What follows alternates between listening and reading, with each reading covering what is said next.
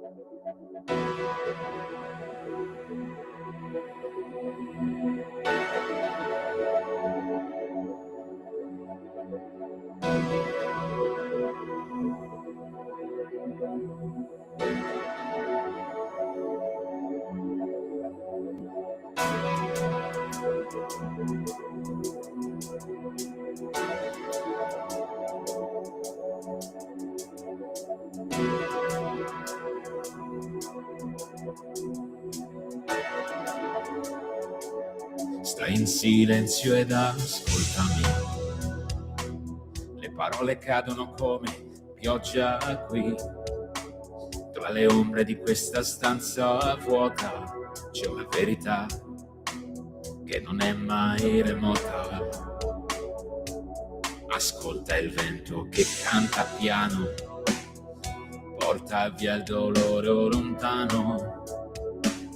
Non servono frasi né illusioni, solo cuori aperti senza condizioni. Ma adesso sono qui, solo alla finestra, che ci posso fare? Non puoi mica tornare ad abbracciarmi senza fiatare, quando non ne potevo più.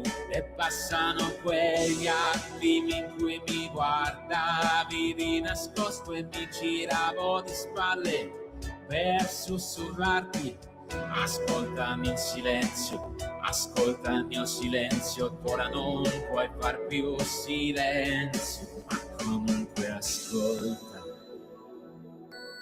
ascoltami in silenzio.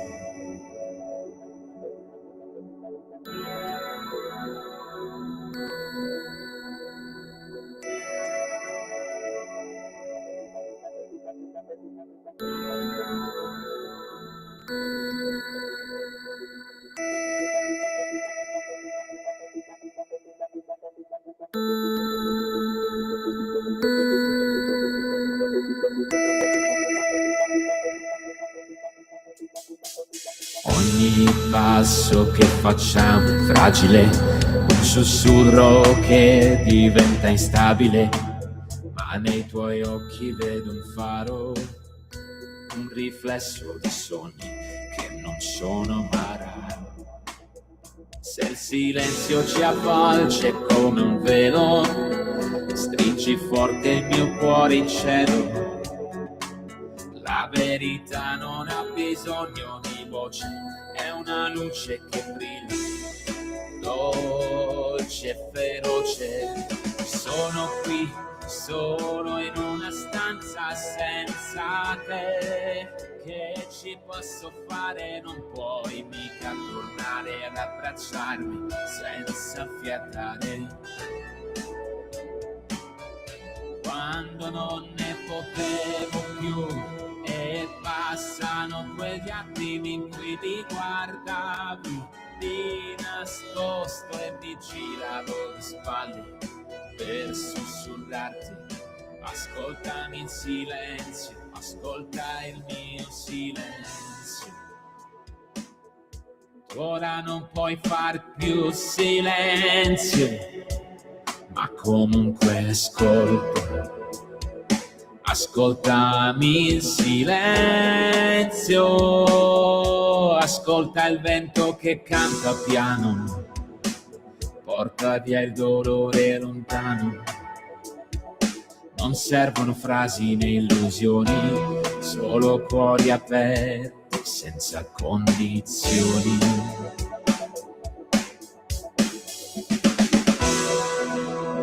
E siamo rimasti un po' tutti ipnotizzati da questa canzone, ma lo sapete, Sammy Varin trasmette soltanto artisti particolari che hanno cose da dire, messaggi da trasmettere o che comunque fanno esperimenti musicali. La nostra radio serve anche a questo, a farvi conoscere cosa si muove e cosa si trasmette nel sottobosco musicale degli artisti indipendenti che quasi mai approdano a palchi importanti, e no, perché sono artisti che non pagano, tra virgolette. Lui si chiama Marco Nocera, questa sua produzione si intitola Ascoltami in silenzio e quasi invita davvero a restare in ascolto di quello che lui ha da raccontarci, tanto che ho deciso di farlo proseguire. E certo, gli ho telefonato: ascoltami in silenzio, ma dici qualcosa. Marco Nocera!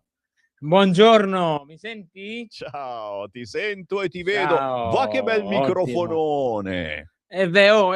Ci equipaggiamo perché alla fine parliamo di radio, dobbiamo essere alla pari, no? Mi piace, lo D'altronde, amiamo. io ho un passato reduce di radio, quindi d'altronde l'incipit mentale quello è. E che cavolo, senti, ma quindi hai anche un po' di nostalgia per questo lavoro. Adesso ne fai uno ancora più bello. Molto più bello e anche un po' più delicato, più complesso, perché alla fine ci sono più polisi tecniche da rispettare, ma d'altronde anche la radio, per chi non lo sapesse, mi rifaccio anche a quanto dicevi tu in una tua storia sui social, la radio richiede molto impegno che tante volte la gente non percepisce, dice: "Ah, vado in radio e parlo". No, non è così, anche perché comunque dietro ci stanno tante persone che lavorano. Ci sei te, ci sta il regista, ci sta l'alta frequenza, l'amministrazione e tutta una serie di dipartimenti che noi del settore conosciamo, no? Bravo Marco, è vero, noi approfittiamo per ringraziare del nostro regista. In questo momento c'è Francesco, ma poi ne arrivano altri il pomeriggio e tutta gente che si alza molto presto, perché prima che cominci la diretta bisogna preparare la trasmissione tecnicamente, ma anche dal punto di vista degli ospiti.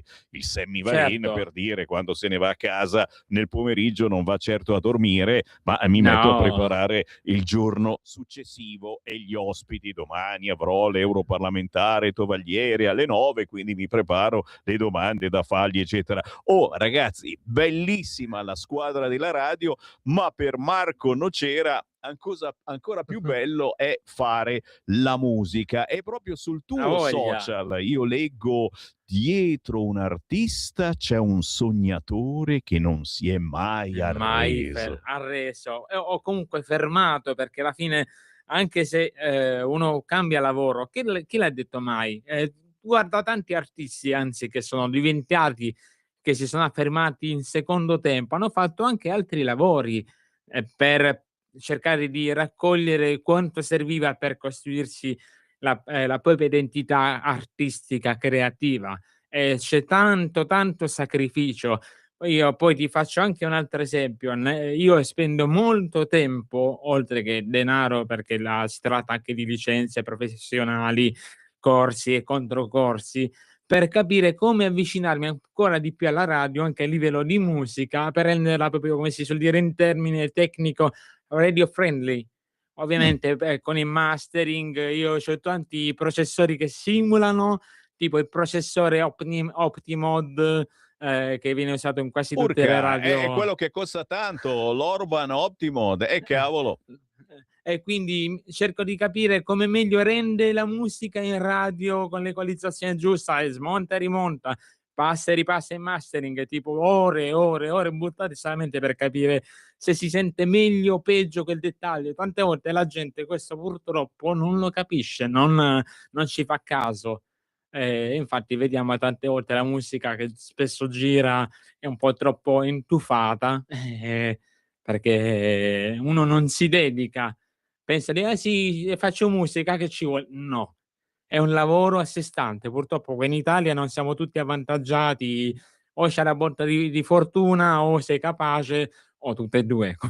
Noi lo amiamo il Marco Nocera proprio per questa tua passione per la musica, che è poi molto spesso la passione che hanno gli Sì, sì, indipendenti, sì. a differenza di chi dipende da una piccola o grande etichetta che quasi obbliga l'artista a sfornare come vuole lei il prodotto, e Beh, quindi a sì, sì, volte sì, sì, a sì. immagine e somiglianza di internet, come dicevi tu prima, con equalizzazioni terribili, improponibili. Artisti indipendenti come Marco Nocera, se ascoltate il suo pezzo e sentite che c'è una qualità completamente diversa. E allora È la parlaci. cocciutaggine che vince, la Eh, cocciutaggine che vince. esatto, e allora parlaci di questo pezzo intitolato Ascoltami in silenzio, ma naturalmente della tua scelta di andare in una direzione lontana dal commerciale, dalla pista da ballo, dai soliti magna magna, come li chiamo io, eccetera, per Sì. cercare un'altra via. Quale? Quale? Allora, la via che seguo io a livello di musica è molto, diciamo, di slancio, non dico di pancia, ma di cuore, perché tante volte uno fa lo slancio di pancia che è molto più dettato: "Beh sì, buttiamoci nella mischia, seguiamo a pecora, a pecoroni tutti quanti come delle capre", no.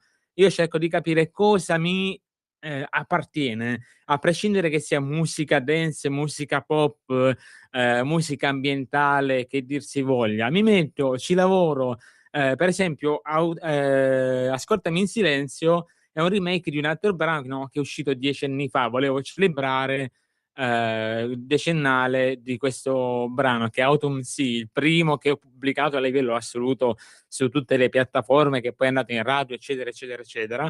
Ho voluto un attimo cogliere nel contesto un po' di situazioni personali che sono successe sia al lancio di Autumn Sea e sia durante quest'anno, che è stata un po' una sorta di ehm, molto a livello personale, mi ha toccato molto profondamente, quindi qua si parla, Ascoltami in silenzio, è una persona che uno, vorrebbe che ci fosse, però non c'è più.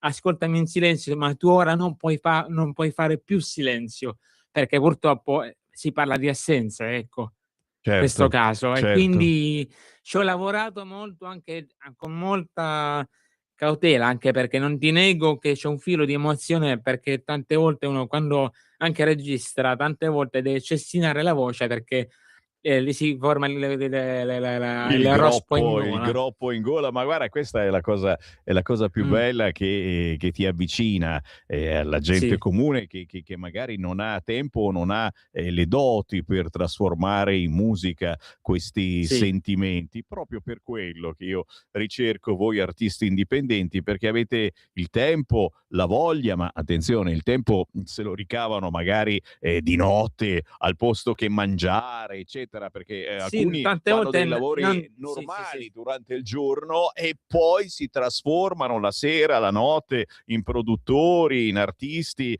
fanno delle serate, eccetera, tutto per portare avanti dei sentimenti che altrimenti sarebbero inscatolati nelle solite menate che girano poi nelle radio famose, nelle solite canzoni, cuore, amore, nei soliti ritmi che dobbiamo sopportare perché RTL ce li passa tutti i giorni. Questa ci è la smarmellano differenza. il cervello, ecco. Questa è la differenza, Sì. signori. Quindi E in più, vai. il lavoro continua, perché tu hai sentito Ascoltami in silenzio, però ovviamente tra di noi ci siamo preparati e sai di quello che sta succedendo per l'anno prossimo che sto preparando. Anzi, stamattina, dopo che ho smontato dalla notte perché sono reduce di un turno di notte da lavoro, però sono sempre sul pezzo, mi sono messo a sistemare la copertina di un album che riceverai tra qualche mese in forma campione per uso radiofonico, anche a livello Dai. tuo personale, perché no? Che ci sto lavorando da un bel po' di tempo, che raccoglie anche, perché no, il brano che abbiamo lanciato insieme l'estate dell'anno scorso, se ti ricordi Summer Clouds. Come no? Certo, Ci sta anche dai. quella, più altri pezzi che sono nati in questo periodo di sperimentazione, però che parlano molto a livello più sentimentale, ma non nella solita direzione, ti amo, mi ami, spegniamo tutte ste margherite, no, anzi, il giorno prima di, come si chiama? San Valentino, manco mi ricordo, perché per me ormai che sono abituato. Cioè, ragazzi, si è sposato da poco, non so chi lo Sì! sa, ma questa cosa del matrimonio al Marco Nocera gli ha cambiato la vita. A voglia! Meno male. Sì, ti dicevo, il giorno prima di San Valentino ho fatto non una cattiveria, ma un azzardo molto particolare che poi ti ritroverai e mi dirai: "No, ma che cosa hai combinato?" È Cosa hai proprio combinato? è proprio non dico una freddura, ma avevo una provocazione pesante a livello sentimentale. Ecco, il livello di giocare con la musica per passione porta anche a questo, che ti butti a capofitto ed escono cose davvero strane che dici: "Ma io davvero ho fatto quella cosa? Ah!" È stupendo, sì. Mi viene da dire, se non son matti non li vogliamo, ma li vogliamo davvero, come quelli come Marco Nocera. Ragazzi, Marco, un giorno fatti un giro anche qua nei nostri studi e dai, vienici a Non mi trovare a Milano. dispiacerebbe, non mi Dai. dispiacerebbe. Tu pensa, volevo venire io, invece ci sta mia sorella a Milano per lavoro e mi sta mangiando le mani. Ci fossi io, sapevo già dove andare, dovevi imbucarmi, però toc toc, Sammy, fammi entrare, mi approprio del Ma guarda che microfono. qui lo sai bene, quando ci sono tipi particolari e passano prima da noi a Radio Libertà, quindi ti aspettiamo Marco. Intanto però aspettiamo i tuoi fan o semplicemente gli ascoltatori curiosi della tua musica. Sì. Andate a cercare Marco Nocera sui social. Cosa bisogna scrivere? Marco Nocera. Molto semplicemente Marco Nocera Official su Instagram e su TikTok, anche se TikTok non sono molto, per la quale è diventato più una cloaca di Bravo, sono d'accordo. Io sono l'unico non iscritto a TikTok e resisto. Vedi come sono bello anche normalmente sugli altri social. E poi su Facebook la pagina Marco Nocera, appunto Marco Nocera, e su YouTube Marco Nocera Videonet, Caro che Marco, è storico. ti amiamo.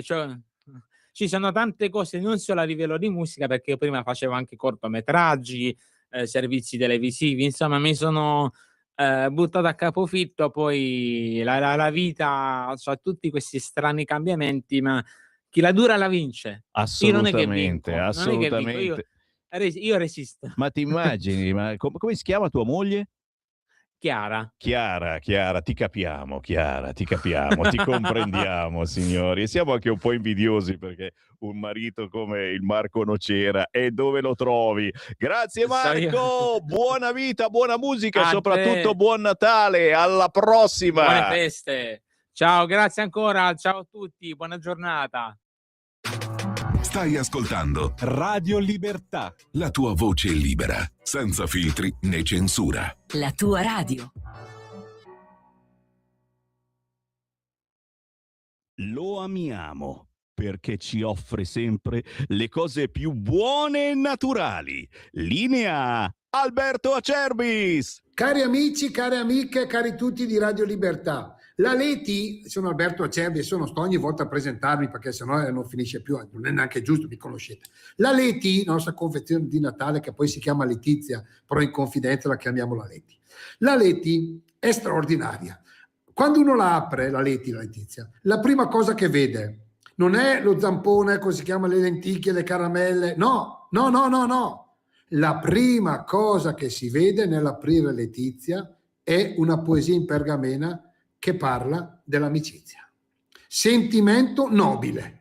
Quindi cosa succede? Vi ricordate quando eravate più piccolini? Spero che succeda ancora, lo spero vivamente che succeda ancora. Prendi il più piccolino della compagnia Natale, mettilo sul tavolo, leggi la poesia e lì uno dice: cavolo, chi ha avuto quest'idea? Perché un diamante, se non ha dentro il cuore, se non c'ha la poesia, è un pezzo di vetro, è meglio un fiore di campo dato col cuore. Letizia nasce così. Poi trovate l'olio Acerbis, qua imbottigliamo sul lago di Garda, che non si trova nei supermercati, una delizia, una cosa pazzesca. Poi trovate le 3 specialità gastronomiche, poi trovate il pandorato da 1 chilo, lievito madre, 48 ore di lievitazione incartato a mano, bellissimo. Non vi dico il resto perché è una sorpresa. E poi c'è le 3 specialità gastronomiche, insomma 59 euro, chiamate 030 68 44 08 oppure olioacerbis.com. La Leti vi aspetta. Ciao. Stai ascoltando Radio Libertà, la tua voce libera, senza filtri né censure, la tua radio. Ciao Sammy e ciao a tutti i radioascoltatori di Radio Libertà. Sono felice di presentarvi oggi la canzone Sono belli bambini. Io sono Giuliano Pramori, sono di Parma, sono un cantautore. In questa canzone cerco di fermare, al di là del fatto che i bambini sono la cosa più bella che abbiamo vicino a noi, anche quell'aspetto che spesso dimentichiamo da grandi, che è il nostro bambino interiore, che in molti passaggi può esserci d'aiuto, anzi io credo ci è d'aiuto.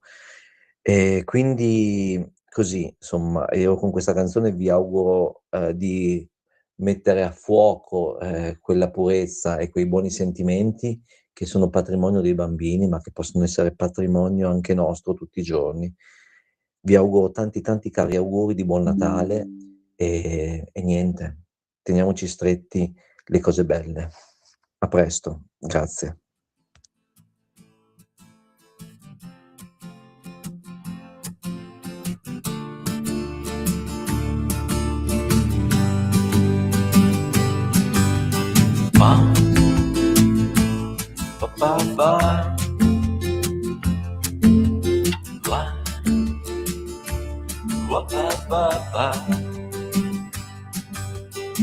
Sono belli bambini quando ridono a fondo, san tenere lontani i casini del mondo.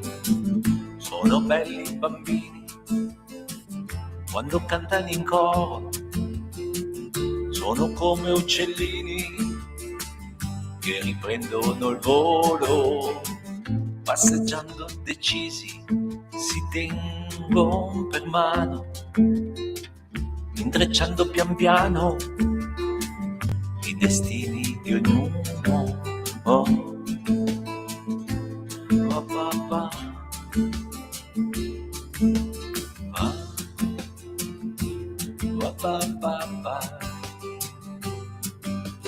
Quando giocano in cortile è una corsa senza fine, inseguendo un aquilone, un pirata, un pallone. Il bambino che sono stato non se n'è poi mai andato, ride folle dei miei guai, non ci arrenderemo mai. Sono belli bambini con quegli occhi curiosi che comprendono fieri i ganacci dei fiori.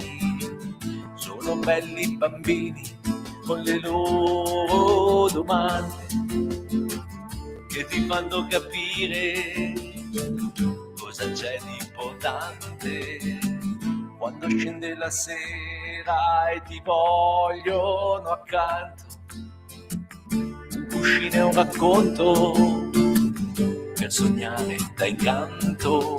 Quando giocano in cortile è una corsa senza fine, inseguendo un aquilone, un pirata, un pallone. Il bambino che son stato non se n'è poi mai andato, ride forte dei miei guai, non ci arrenderemo mai, mai, no mai, no, no mai.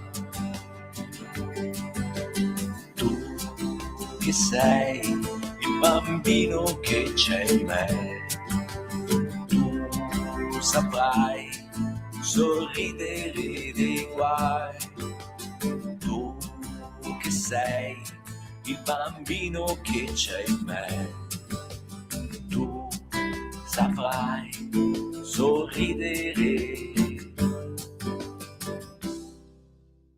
Una canzone che fa pensare, una canzone dedicata a tutti i bambini, ma anche ai bambini che abbiamo dentro e al Natale, che poi è la festa dei bambini, la festa di quella gioia bambina che non deve mai abbandonarci.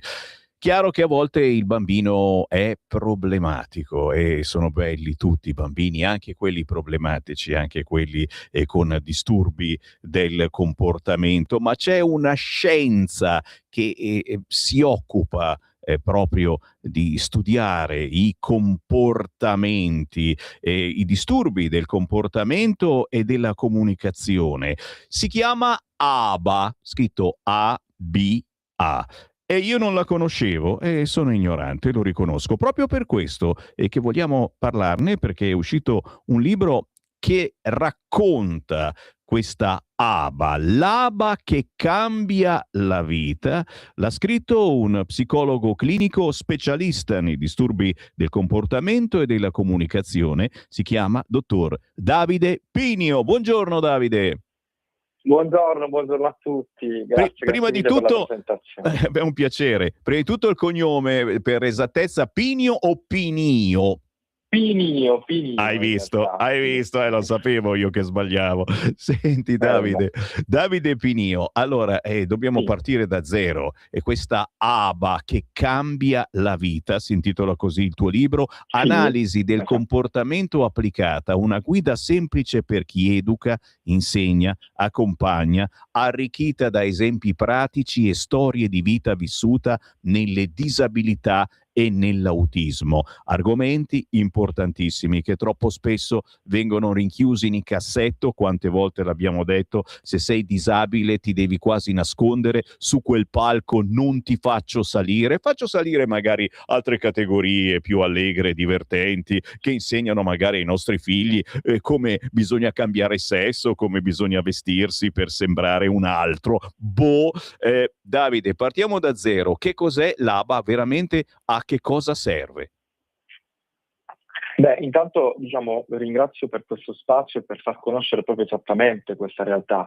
Le disabilità sono spesso ormai parte di noi e i numeri sono allarmanti, quindi l'autismo, i disturbi del comportamento, bisogna farci i conti. È proprio per rispondere a questo l'ABA è il mio campo di specializzazione, l'analisi comportamentale applicata.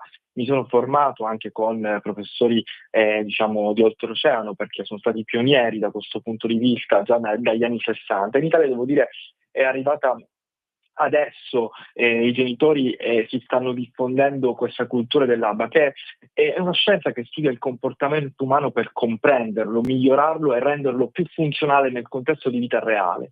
Non è una terapia rigida né un metodo, così come spesso a volte l'ABA soffre di questi pregiudizi, un approccio molto meccanico, strutturato, ma invece è profondamente personalizzato, si basa sull'osservazione dei comportamenti e sull'uso di strategie scientifiche per aiutare le persone.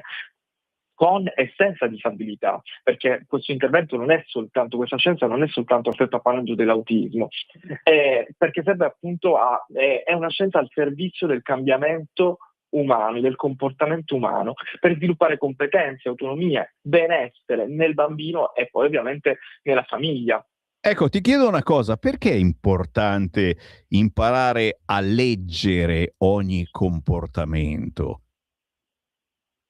Ma cioè nel senso, quello che è importante capire è che fondamentalmente il comportamento di una persona è un messaggio da decodificare. In realtà, quando un bambino emette dei comportamenti cosiddetti problematici, quindi che spesso hanno delle funzioni, non dobbiamo arrivare al punto di correggere questi comportamenti o sopprimerli, ma cercare di capire, perché il fine del bambino potrebbe essere legittimo, il mezzo che sceglie è problematico. Quindi il nostro compito come professionisti, come educatori, come anche genitori formati, è quello di capire e cogliere qual è il senso, qual è il bisogno di quel bambino e insegnare comportamenti alternativi socialmente significativi, più socialmente significativi piuttosto che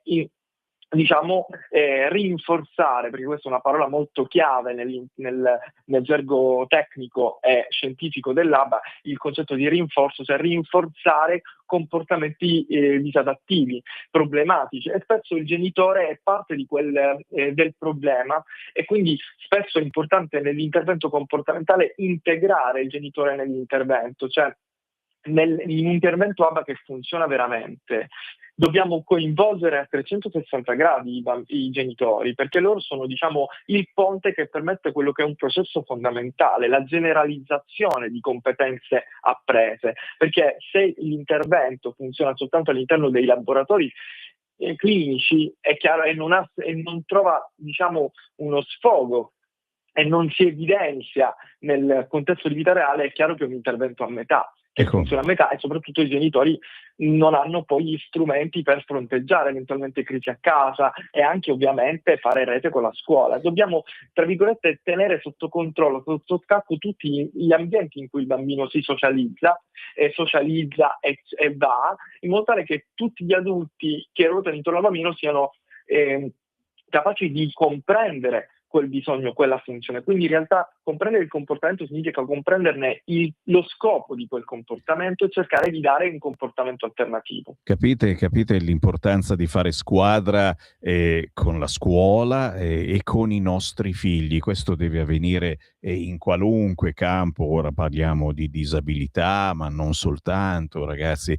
Nella vita di tutti i giorni non dobbiamo creare quel muro con i nostri figli che troppo facilmente e naturalmente quasi si crea per la differenza di età, e anche perché ormai i nostri figli, lo sappiamo bene, non sono più i nostri figli, ma sono i figli dell'intelligenza artificiale. Questo è un altro problema pazzesco che si sta creando.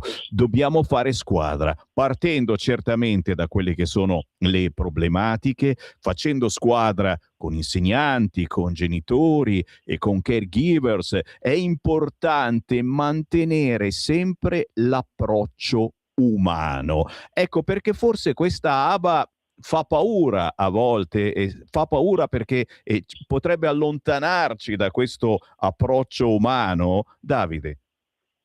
Ma diciamo, purtroppo troppo spesso, proprio perché in Italia ancora non c'è una regolamentazione del percorso, come dire, formativo. Quindi quando ovviamente noi ci formiamo, ci siamo ispirati un po' ai canoni internazionali. Io per esempio ho delle certificazioni internazionali che per mantenerle devo comunque ottenere dei crediti continuativi proprio per mantenere lo standard, visto che comunque la ricerca è in continua evoluzione, e quindi per mantenere certi standard io sono all'interno di registri internazionali che regolamentano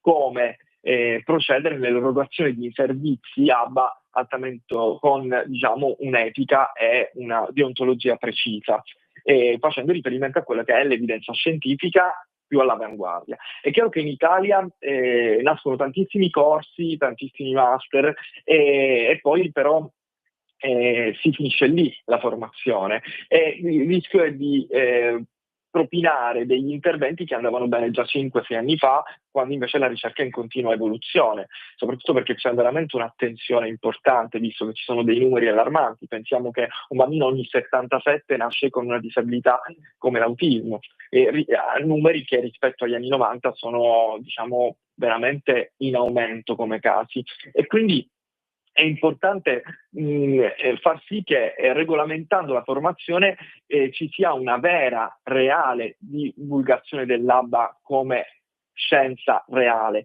perché il discorso è che molto spesso questa scienza è stata confusa come quasi addestrativa, quasi ti comporti bene, ti do una caramella che è il rinforzatore. In realtà non è così. Non è assolutamente così. L'ABA parte da quelli che sono le osservazioni cliniche nel contesto, analizza le variabili che innescano e mantengono certi comportamenti e lavora su quelle osservazioni, sul rilevamento di dati osservabili, sospendendo il proprio giudizio personale.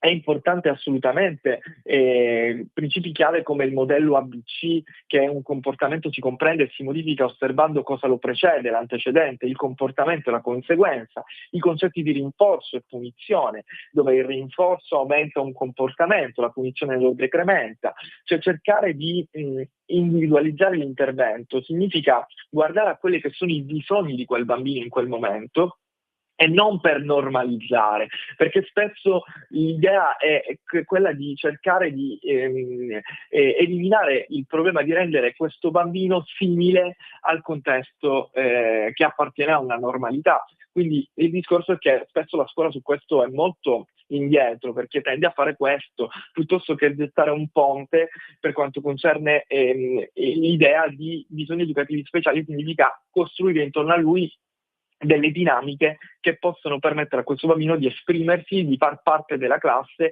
e di essere nel mondo a suo modo, perché l'autismo è considerato come un diverso modo di esistere, non qualcosa da dover aggiustare, normalizzare. E quindi partendo da questo l'ABA l'ABA fatta bene, fatta con etica e deontologia, cerca proprio di fare questo, cerca di partire da quelli che sono i bisogni, i punti di forza di quel bambino e cercare di insegnare con metodologie, con approcci scientifici quello che in quel momento non si è osservato nello sviluppo tipico di quel bambino. Guarda, stai dicendo delle cose molto belle e molto importanti, Davide, perché la normalizzazione e il tentativo di normalizzarci la subiamo anche noi quotidianamente. Io mi occupo di rassegna stampa e ci occupiamo molto spesso di politica e vediamo che c'è un desiderio a volte che arriva dall'alto, noi diamo la colpa magari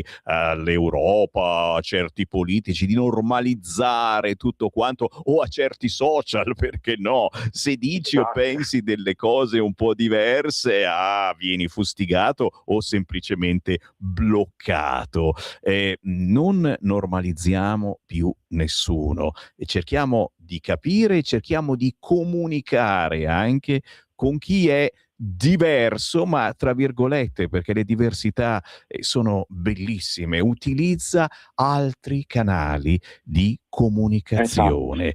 E il dottor Davide Pinio, signori, vi offre di passare qualche giorno di vacanza ora che si avvicina il Natale, e pensando davvero alle diversità, alle differenze, con questo libro che si chiama L'ABA che cambia la vita. E leggo nella sinossi: non è un manuale accademico né una guida distaccata, è un compagno di viaggio, una mappa pratica ed emotiva per genitori, insegnanti, educatori e tecnici del comportamento che vogliono davvero capire, aiutare e fare la differenza. Con uno stile diretto, empatico e accessibile, l'autore accompagna il lettore dentro il mondo dell'analisi del comportamento applicata ABA, svelandone il potenziale trasformativo nella vita reale, fuori dai laboratori, nelle case, nelle scuole, tra relazioni autentiche e sfide quotidiane. Signori, vi abbiamo messo molta curiosità, vedo anche dai messaggi che arrivano e mi fa piacere. È chiaro che adesso non dovete far altro che alzare il culo dal divano, entrare in una libreria e ordinare il libro di Davide Pinio, L'Aba che cambia la vita, ma penso, Davide, che facciano ancora più in fretta semplicemente accendendo il telefonino e andando su Amazon, o no? Esatto, esattamente, sì, su Amazon lo trovate anche con tempi molto veloci. Sì, quello che hai detto è esattamente lo spirito di questo libro. Non volevo scrivere l'ennesimo testo da studiare e archiviare, volevo offrire una guida viva, vicina, consultabile nel tempo e che si ispirasse a quella che è la mia pratica clinica da oltre un decennio. L'ABA è una scienza, certo, ma è anche un'alleanza educativa, è una postura, è uno sguardo sul comportamento umano che non può essere ridotto a protocolli standard. Ho cercato di scrivere esattamente utilizzando anche la prima persona, proprio perché volevo creare quella intimità, come come parlo ai miei studenti nei corsi di formazione, ai genitori quando sono con me in parent training, in seduta, ai colleghi, con rigore sì, perché è importante il rigore scientifico, ma senza tradire quella che è la parte più umana di noi, perché quando abbiamo a che fare con questi bambini dobbiamo fare riferimento a quella che è la nostra empatia e la nostra umanità, e dobbiamo fare in modo che abbiano più chance, più possibilità, perché è nel presente che costruiamo il futuro e sappiamo che nel futuro ci sono tante difficoltà, tanti temi legati all'autismo sono proprio legati al concetto di dopo di noi, cosa ne sarà di questi figli quando i genitori non ci saranno più. È esattamente oggi, nel presente, che possiamo plasmare delle possibilità in più per questi bambini, per rendere un po' più autonomi e cercare di capire se le politiche in qualche modo arriveranno anche a far sì che l'ABA possa essere di utilizzo per tutti e possono usufruirne tutti anche a livello di sistema nazionale sanitario in generale, visto che comunque questo è un intervento che ha delle fondamenta e delle radici scientifiche conclamate e che in tutta Europa e nel mondo funziona, e sarebbe bello che anche in Italia si arrivasse anche a questo obiettivo finale, certo. un'ABA per tutti. Certo, e visto che noi facciamo molto spesso da collante tra la società e la politica, meglio di così abbiamo messo sul tavolo una nuova proposta che in molti, anche politici, sono certo, non conoscevano. Io abbracciando e dando una pacca sulla spalla a chi purtroppo, ma solo tra parentesi, vive il mondo della disabilità, dell'autismo, dei disturbi comportamentali in famiglia o personalmente, ti ringrazio davvero, dottor Davide Pinio, per averci aperto questa finestra su argomenti che non conoscevamo. Ti auguro buone feste, ma ti dico non finisce qui, perché molto volentieri magari avremo modo di sentirci nei primi mesi dell'anno prossimo per tornare a parlare di ABA, ok? Grazie mille, grazie per questo spazio, assolutamente sono più che lieto di venirvi a trovare di nuovo.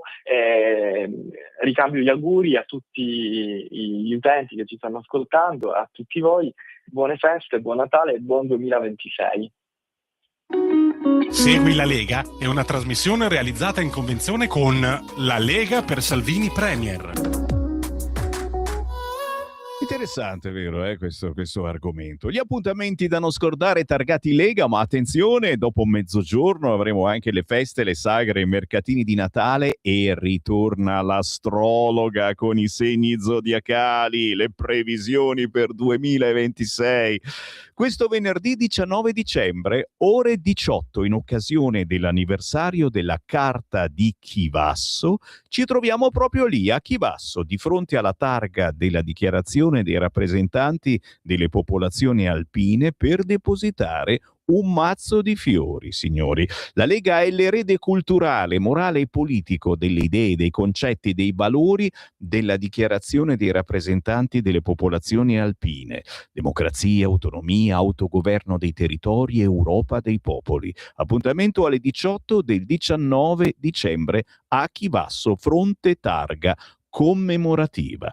Gli appuntamenti da non scordare targati Lega, signori: 19 dicembre, panettonata di Natale al Punto Lega Milano alle ore 21 in via Vespri Siciliani 12. Ti aspettiamo per brindare insieme, gustare una fetta di panettone, scambiarci gli auguri di Natale in un clima di feste e comunità, ma un'occasione naturalmente per parlare di Milano e del nostro quartiere. Per chi vive a Milano, panettonata di Natale, Punto Lega Milano, 19 dicembre, ore 21, via Vespri Siciliani numero 12.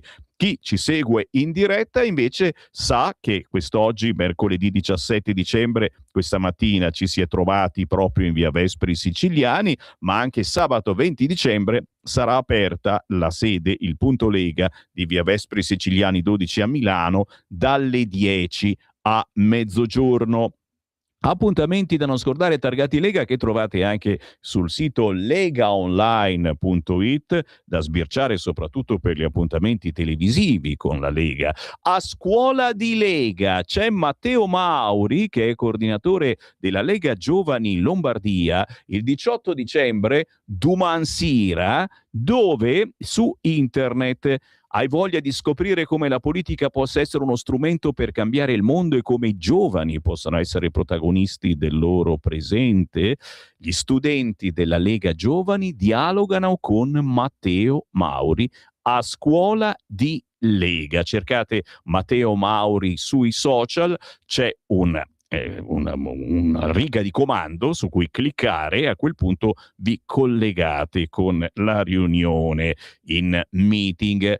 Cos'altro segnalarvi, signori? Le tante cene e pranzi di questi giorni è impossibile starci dietro, io tiro quasi a caso. La cena di Natale con Roberto Vannacci e Massimiliano Simoni, consigliere regionale eletto in Toscana, 19 dicembre, dopodomani, ore 20, presso il Grand Hotel Capugi in via di Collegiato, mi scuso ma non si legge bene, 45 in quel di Pistoia, cena di Natale con Vannacci, 19 dicembre, ore 20, Pistoia. Chiaramente poi trovate tutto quanto sui social del generale. Venerdì 19 c'è anche la cena di Natale della Lega Canavese Valli di Lanzo, siamo in Piemonte, presso l'osteria La Pergola, in via Chiesalunga 49 a Scarmagno.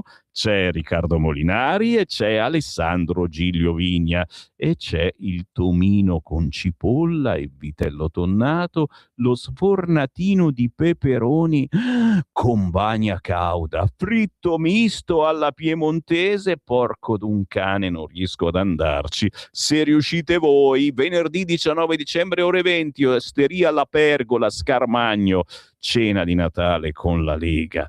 Gnam gnam. Vabbè, d'altronde succede così, non si riesce ad andare dappertutto. Io poi alla fine non vado da nessuna parte con sta scusa che faccio la rassegna stampa e mi sveglio alle 5 del mattino. Mi fermo, sì, lo faccio, mi fermo perché è mezzogiorno, perché tra poco c'è tutto un magna magna e quindi tra 10 minuti ritorno in diretta con voi, con le feste, le sagre, i mercatini di Natale, ma soprattutto con i segni zodiacali, vedo, prevedo e stravedo della nostra astrologa Deborah Bellotti.